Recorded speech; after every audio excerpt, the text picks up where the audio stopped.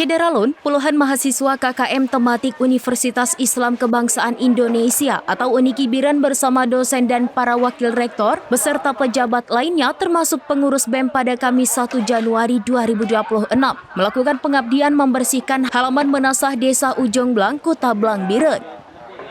Menasah desa tersebut dipenuhi endapan lumpur banjir bandang 26 hingga 27 November lalu.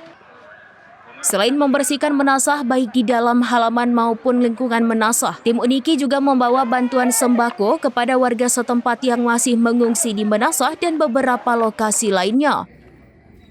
Rombongan mahasiswa dari UNIKI membawa peralatan kerja antara lain kereta sorong, sekop, cangkul maupun sapu untuk membersihkan Menasah dari endapan lumpur.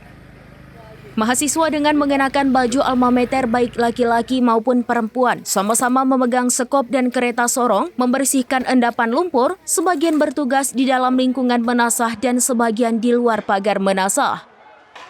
Selain membersihkan endapan lumpur di Menasah dan merupakan pengabdian mahasiswa dalam rangka penanggulangan bencana banjir, juga membawa bantuan sembako dari Ketua Pembina Yayasan Kebangsaan Dr. Haji Amiruddin Idris.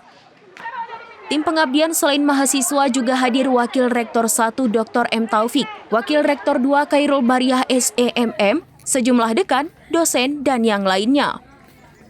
Pembersihan mulai dari halaman, tempat wudhu, dan juga lingkungan Menasah.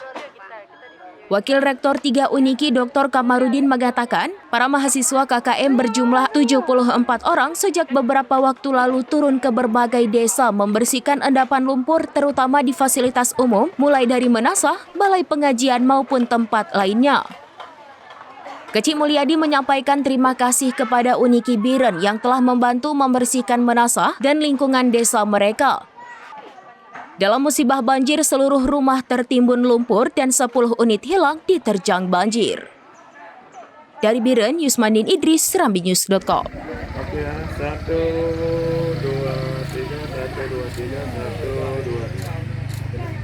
1, 2. Download Tribun X sekarang, menghadirkan lokal menjadi Indonesia.